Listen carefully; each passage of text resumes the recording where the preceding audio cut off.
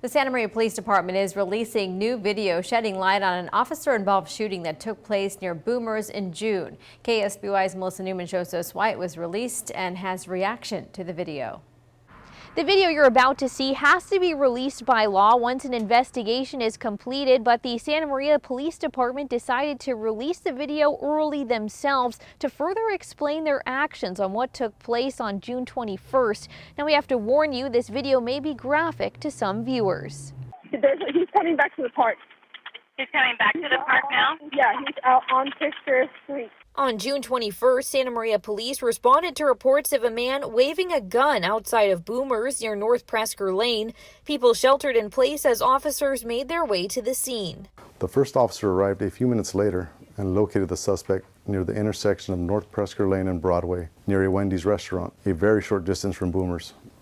The officer ordered the suspect to get on the ground, sit down, or drop the gun more than 20 times in both English and Spanish. Police say the suspect pulled the gun out of his waistband and extended his hand with the gun towards the officer. No, drop the gun! Drop it! Do not grab the gun!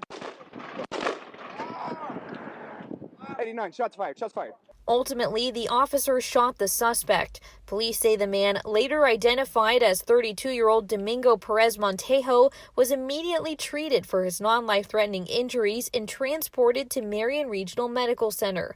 Montejo's weapon turned out to be an imitation Beretta pistol, and police say this was just one of 26 previous contacts officers have had with him since 2016. It looked exactly like a real gun, and there's no way you can determine from that distance whether it's real or fake, and you have to react.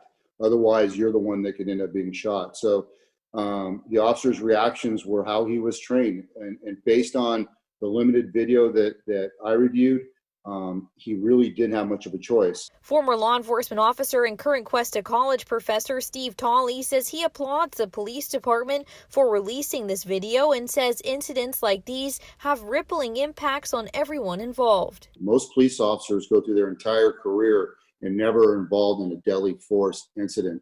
Unfortunately, when officers are involved in deadly force incidents, it has a huge impact, obviously, on the person who was shot, the community, and the officer himself and the officer's family. Advocacy groups like the Santa Maria Youth Abolitionists say the video leaves more to be desired. Instead of transparency, we're a lot more interested with how they will react in terms of assuring that situations like this don't happen in our community. They believe the video shows the system failed Montejo. It just seems to send a strong message that if you are an individual struggling with mental health issues, that it's likely police won't receive you and won't be there to protect you.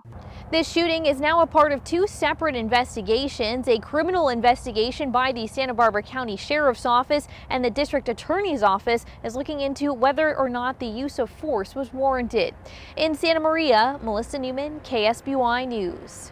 And the Santa Maria Police Department is also doing its own investigation to evaluate response and policies. This is the first officer-involved shooting in Santa Maria this year and the third since 2016.